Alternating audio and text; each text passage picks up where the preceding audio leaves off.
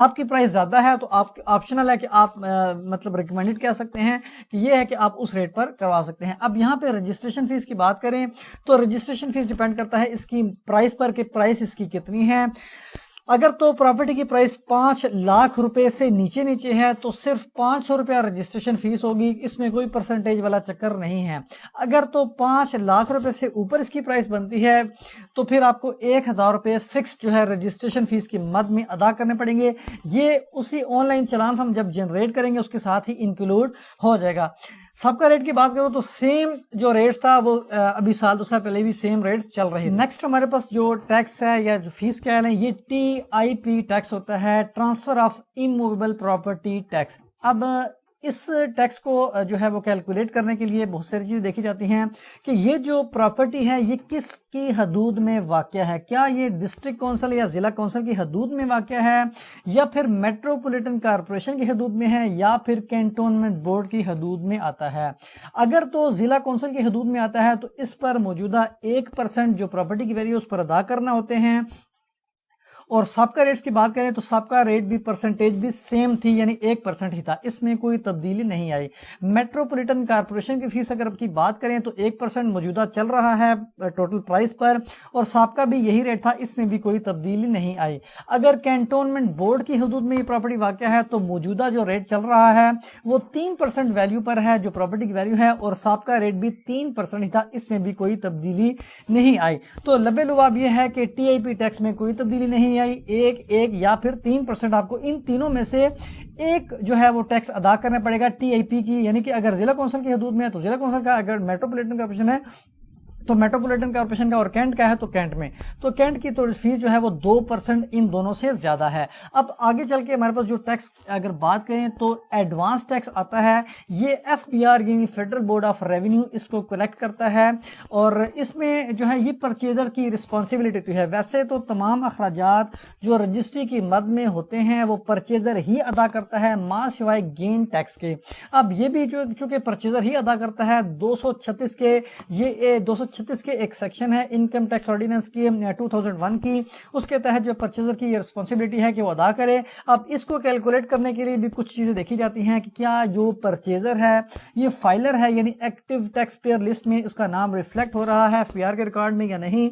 अगर तो वो फाइलर है तो उसको 2% सिर्फ अदा करने पड़ेंगे प्राइस पे, जो उसकी जो टोटल प्राइस है इस प्रॉपर्टी की। अगर वो नॉन फाइलर है तो उसको 7% यानी 5% ज्यादा करके 7% उसको अदा करना पड़ेंगे परचेजर को। अब यहाँ पे आपको बात बताता चलूं कि FBR के रेट्स अलग अलग होते हैं, हर एक एरिया के कह सकते हैं। तो और DC रेट जो रेट्स होते हैं वो एक अलग होते हैं, जैसे हमने स्टाम्प पेपर वगैरह कैलकुलेट की थी। तो अगर तो FBR के रेट्स अलग से मुतय्यन नहीं है किसी भी मखसूस एरिया की जहाँ पे जिसकी आप रजिस्ट्री करवा रहे हैं, उसके लिए पॉसिबिलिटी तो अलग से आपको इंफॉर्मेशन प्रोवाइड कर दी जाएगी कि FBR के जो रेट्स हैं वो कैसे आप देख सकते हैं या कैसे आपको जिसको जजमेंट करेंगे। तो यहाँ पे आपको अगर तो FBR के स्पेसिफाइड नहीं है तो DC रेट जो मैं आपको ऑलरेडी बता चुका हूं, जिस अमाउंट पे आपने स्टाम्प पेपर की वैल्यू कैलकुलेट की थी उसी हिसाब से जो है वो पे किया जाता है। तो 2 और 7% हो गया। और पुराने रेट्स की बात करें तो इसमें फाइलर के लिए 2% था एडवांस टैक्स परचेजर के लिए, और अगर वो नॉन फाइलर होता था तो उसको 5%। ये एक टैक्स एक आम सा नोटिफिकेशन आया था, यानी एक लेटर टाइप था, लेकिन ये इस पर को प्रॉपर ये चंद दिनों की आप कह सकते हैं इन्फॉर्मेशन है। लेकिन उससे पहले जो चल रहा था साल पहले तो वो था फाइलर के लिए 1% और नॉन फाइलर के लिए 2%। नेक्स्ट जो टैक्स है वो हमारे पास है एडवांस टैक्स ही, और ये 236C के तहत जो है वो वसूल किया जाता है। इनकम टैक्स ऑर्डिनेंस की एक सेक्शन है, जैसे 236 के एक सेक्शन थी इनकम टैक्स ऑर्डिनेंस की, और इसी तरह 236C है। 236 के जो था वो परचेजर की रिस्पॉन्सिबिलिटी था इसको अदा करना, जबकि 236C वाला FBR ये वसूल करता है, तो ये परचेज सेलर की रिस्पॉन्सिबिलिटी होती है। इसको आमतौर पर जो है इसको गेन टैक्स भी कहा जाता है। अब ये जो है ये सेलर की रिस्पॉन्सिबिलिटी होती है। मौजूदा जो रेट्स चल रहे हैं इसमें भी देखा जाएगा कि ये जो सेलर है ये फाइलर है या नॉन फाइलर है।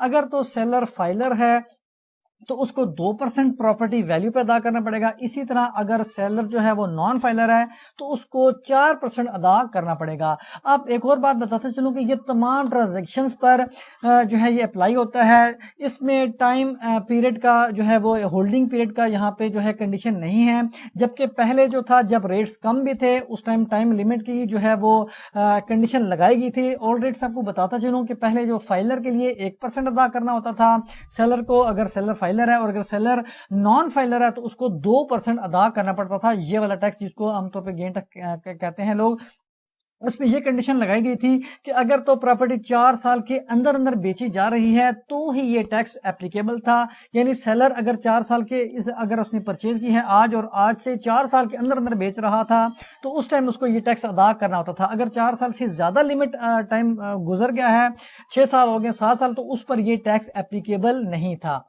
लेकिन अब जो है बेशक आज खरीदिए और 2 दिन बाद वो बेच रहा है, अब उस पर ये हर सूरत में ये लागू होगा, उसको ये अदा करना ही पड़ेगा और इस परसेंटेज के हिसाब से अदा करना पड़ेगा।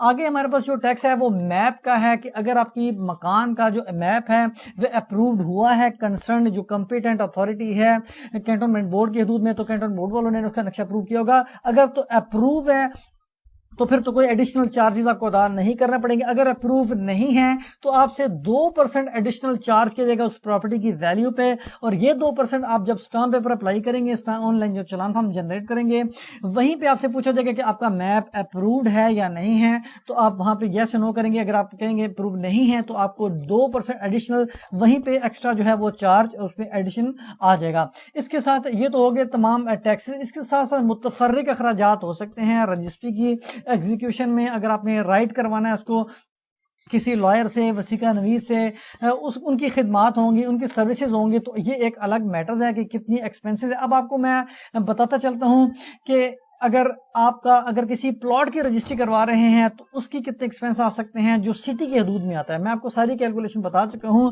कि अगर सिटी के हदूद में आता है तो फिर क्या मसले हो सकते हैं, यानी कि उसके एक्सपेंसेस में फाइलर है, नॉन फाइलर है, और क्या कॉर्पोरेशन के हदूद में आता है या कैंट के हदूद में, तो ये सारी चीजें मैं आपको एक्सप्लेन कर चुका हूं। अब मैं आपको एग्जाम्पल के तौर पर बताता हूं कि अगर एक प्लॉट है जो सिटी के हदूद में आता है, यानी आप कह सकते हैं, और बेशक वो कॉर्पोरेशन के हदूद में कह सकते हैं, तो उसमें जो है 5 मरले का अगर ये प्लॉट है, 5 मरले का प्लॉट है, अर्बन एरिया में वाक़या है और मेट्रोपॉलिटन कॉर्पोरेशन के हदूद में आता है, तो उस टाइम कितना आपको एक्सपेंस अदा करने पड़ेंगे।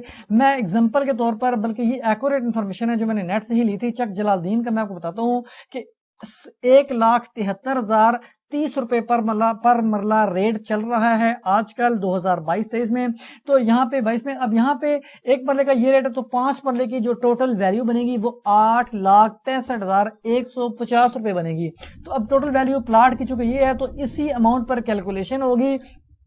एफपीआर के रेट्स में आपको बता चुका हूं कि अलग होते हैं, डीसी रेट्स अलग होते हैं। तो ये जो रेट्स है ये डीसी रेट है जो आप ई स्टैंपिंग की वेबसाइट पर जो है वो चेक करते हैं। अब हम इसी हिसाब से कैलकुलेट करते हैं। फॉर एग्जांपल अगर उस स्पेसिफिक एरिया का, इस शक जलालुद्दीन का हम क्या लेते हैं कि एफपीआर के कोई स्पेसिफिक नोटिफाई नहीं हुआ, तो आप इसी परसेंटेज पर, इसी रेट्स पर जो है कैलकुलेट करके एफपीआर को भी पेमेंट कर सकते हैं जो भी टैक्स है। और एक और बात बता चलो कि ये जो एस्टिमेट कर रहे हैं ये एक्टिव टैक्स पेयर की लिस्ट में नाम उसका नहीं आ रहा, नॉन फाइलर की हिसाब से हम उसको कैलकुलेट करेंगे, क्योंकि ज्यादातर जो परचेजर सेलर होते हैं वो नॉन फाइलर ही होते हैं, और मैप भी उसका जो है अप्रूव्ड अगर है तो ठीक है, सारी चीजें बाकी कंप्लीट है, लेकिन वो नॉन फाइलर है। अब यहाँ पे जो पहली हमारे पास जो स्टाम्प ड्यूटी है वो 2% या 3% हो सकती है, मैं आपको पहले बता चुका हूँ। तो हम इसको 2% के हिसाब से कैलकुलेट इस वजह से करेंगे क्योंकि ये सिटी के हदूद में आता है, मेट्रोपॉलिटन यानी कि ये रूरल एरिया नहीं है बल्कि शहरी इलाका में है, और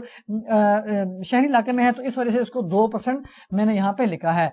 तो टोटल वैल्यू बनती थी 8,65,150 रुपए, जो मैंने इसको ब्लू कलर में हाईलाइट किया है। इसको हम 2% से मल्टीप्लाई करेंगे तो हमारे पास आंसर आएगा 17,303 रुपए। ये आपको स्टाम्प ड्यूटी की मद में अदा करना पड़ेगा। इसके साथ साथ हम रजिस्ट्रेशन फीस देख लेते हैं। वो मैं आपको बता चुका हूं कि ये 500 रुपये होगी या फिर 1000 रुपये होगी। तो अब चूंकि इसकी वैल्यू आप देख लें 8 लाख है, यानी 5 लाख से एक्सीड कर गया है, तो यहाँ पे इस केस में 1000 रुपये आपको रजिस्ट्रेशन फीस की मद में अदा करना पड़ेंगे। अब ये दोनों जो फीसेज हैं ये इस एक ही चालान जनरेट होगा, इसमें आपकी जो प्लस होगी 18,304 रुपये का जो चालान जनरेट हो सकता है, 303 का या 304 का। अब ये इसके बाद जो टीआईपी टैक्स है ये मेट्रोपॉलिटन कॉर्पोरेशन की हदूद में आ रहा है, इस वजह से मैंने यहाँ पे 1% लिखा है। अगर यहाँ पे कैंटोनमेंट बोर्ड की हदूद में आता ये एरिया तो यहाँ पे मैं 3% लिखता, लेकिन चूंकि कैंट का नहीं है, मेट्रोपॉलिटन कॉर्पोरेशन का है, तो यहाँ पे मैंने 1% लिखा। तो 1% इस पे इसको मल्टीप्लाई किया तो यहाँ पे 8,652 रुपये आपको टीआईपी टैक्स अदा करना पड़ेगा। इसके साथ साथ हम अगला देखते हैं जो एडवांस टैक्स है 236K वाला FBR का, ये मैंने 7% इस वजह से लिखा है क्योंकि ये नॉन फाइलर को हम जो है यहाँ पे उसका एस्टिमेट लगा रहे हैं।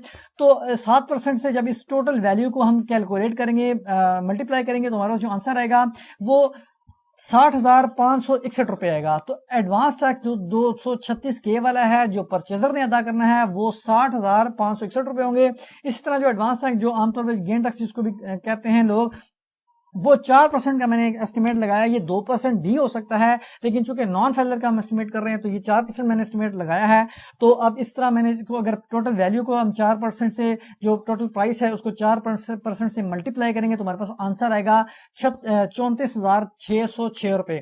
तो ये जो टोटल वैल्यू बनेगी, टोटल हमें टैक्सेस अदा करने पड़ेंगे, ये आपको तकरीबन 1,22,123 रुपये आएंगे अगर आपका ये प्लॉट है और 5 मरले का प्लॉट है और सिटी में वाक़ है, मेट्रोपॉलिटन कॉर्पोरेशन की हदूद में आता है। अब यहाँ पे देख लें मिसलेनियस एक्सपेंसेस, यानी कि आपने इसके रजिस्ट्री की टाइपिंग करवानी है, इसको ड्राफ्ट करवाना है, फोटो कापीज हो सकते हैं, दीगर अखराजात जो सर्विस, अगर आप किसी लॉयर को हायर करते हैं, किसी का नवीस को हायर करते हैं तो वो अपने सर्विस चार्जेस ले सकता है इसमें सारी, या जो पिक्चर्स वगैरह वेरिफिकेशन वगैरह होती हैं जो नादरक से लिंक करके जो होती हैं, ये तमाम अखराजात मिला के 20,000 से लेके 50,000 60,000 ये डिपेंड करता है कि आपने किसको हायर किया और उसके सर्विस चार्जेस कितने हैं। तो अगर कुल मिलाकर हम बात करें, अगर एस्टिमेट करें, हम इसको 20,000 काउंट कर लेते हैं तो 1,22,123 रुपए में 20,000 रुपए एडिशनल ऐड किए जाएं जो सर्विस चार्जेस की मद में होंगे या फोटो कॉपीज वगैरह, तो 1,42,123 रुपए।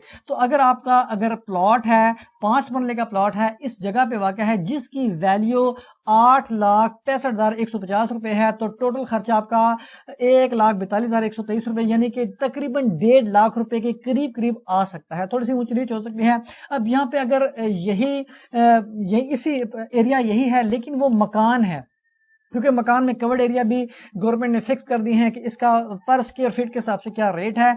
तो अब हम इसको कैलकुलेट करेंगे। चक जलालुद्दीन में ही वाक़ है और ये प्लाट नहीं बल्कि मकान है और 5 मरले की मकान है। तो 5 मरले में हम पहले देख लेते हैं कि कितने स्क्वायर फीट होते हैं। अगर सारा एरिया कवर्ड है तो 1360 स्क्वायर फीट बनता है 5 मरले का।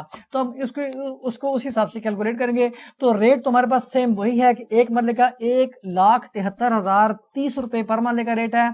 5 मरले की टोटल वैल्यू बनेगी 8,65,150 रुपए। ये तो जमीन की वैल्यू होगी। अब हम कंस्ट्रक्शन के रेट पे आते हैं। तो कंस्ट्रक्शन का रेट जो है गवर्नमेंट ने फिक्स किया है इस इलाके का। ये भी आपको ऑनलाइन पता चल सकता है अगर आप ईस्ट लंदन की वेबसाइट पर जाएंगे पंजाब के लिए। अब तो यहाँ पे इसका जो स्पेसिफिक रेट है वो 696 रुपए 1 स्क्वायर फीट का रेट है। तो अब हम टोटल इसकी कंस्ट्रक्शन को, यानी जितने भी इसको स्क्वायर फीट है 1360 स्क्वायर फीट बनते हैं। इस 696 को यानी 1 फीट की जो प्राइस है उसको हम टोटल स्क्वायर फीट से मल्टीप्लाई करेंगे तो हमारे पास आंसर आएगा 9,46,560 रुपए। तो ये जो प्राइस है 9,46,560 रुपए, ये कंस्ट्रक्शन की वैल्यू है। सिंगल स्टोरी अगर घर है, अगर डबल स्टोरी है तो सारी बात है वो फिर कवर्ड एरिया स्क्वायर फीट वगैरह उसको ज्यादा बन जाएंगे। अब यहाँ पे ये होगी कवर्ड एरिया की जो प्राइस जो गवर्नमेंट ने फिक्स की है डीसी रेट, और ये हो गया जमीन की वैल्यू। अब इन दोनों को जब हम प्लस करेंगे तो हमारे पास जो टोटल मकान की वैल्यू आ जाएगी जमीन की और प्लस कंस्ट्रक्शन की, तो 18,11,710 रुपए बनेगी। अब इस 18,11,710 रुपए भी हमने कैलकुलेट करनी है कि कितने एक्सपेंसिव बनेंगे। तो स्टाम्प ड्यूटी वही 2%, क्योंकि ये मेट्रोपॉलिटन कॉर्पोरेशन की हदूद में आता है, ये शहरी इलाका में आता है, तो इसको जो टोटल वैल्यू बनेगी 2% के हिसाब से 36,235 रुपये स्टाम्प पेपर की बात में। रजिस्ट्रेशन फीस वही 500 है या 1000 रुपये, तो इसकी वैल्यू 18 लाख रुपए है। तो इस हिसाब से आपको 1000 रुपये जो एडिशनल पे करने पड़ेंगे रजिस्ट्रेशन फीस की बात में। और इसके साथ साथ अब यह एक ही चलान जनरेट होगा, तो दोनों को हम प्लस कर लेते हैं, तो 37,235 रुपए का ये चलान जनरेट होगा stamp duty plus registration fees का। टीएपी जो मेट्रोपॉलिटन कॉर्पोरेशन की 1% मैं आपको पहले बता चुका हूं, तो 1% के हिसाब से 18,11,710 रुपए पे अगर हम 1% कैलकुलेट करेंगे तो ये 18,118 रुपए बनता है। इसी तरह एडवांस टैक्स जो 236 के वाला है वो 7% है नॉन फाइनल के लिए, तो 18,11,710 को 7 से मल्टीप्लाई करेंगे 7% से, तो हमारे पास आंसर आएगा 1,26,820 रुपए। तो ये एडवांस टैक्स जो परचेजर अदा कर पाएगा। इसी तरह जो सेलर ने अदा करने हैं 4% नॉन फाइनल की सूरत में, तो 4% अगर हम इस टोटल वैल्यू पे कैलकुलेट करेंगे जो 18,11,710 रुपए है, तो 4% इसका बनता है 72,469 रुपए। तो टोटल जो प्राइस जो सरकारी खाते में जाएगी इस मकान की 5 मरले का जो कि सिटी के हदूद में मेट्रोपॉलिटन कॉर्पोरेशन के हदूद में आता है 2,54,642 रुपए। ये सरकारी सारे अखराजात हैं। मिसलेनियस एक्सपेंसेस आपके अगर हम कर लेते हैं 30 से 60,000 रुपए, ऊंच नीच हो सकता है, डिपेंड करता है कि आपने किसको हायर किया है। तो हम अगर एस्टिमेट कर लेते हैं कि 30,000 रुपए हैं, तो 2,54,642 रुपए में अगर हम 30,000 रुपए को ऐड करें तो हमारे पास ऑप्शन आंसर आता है 2,84,642 रुपए।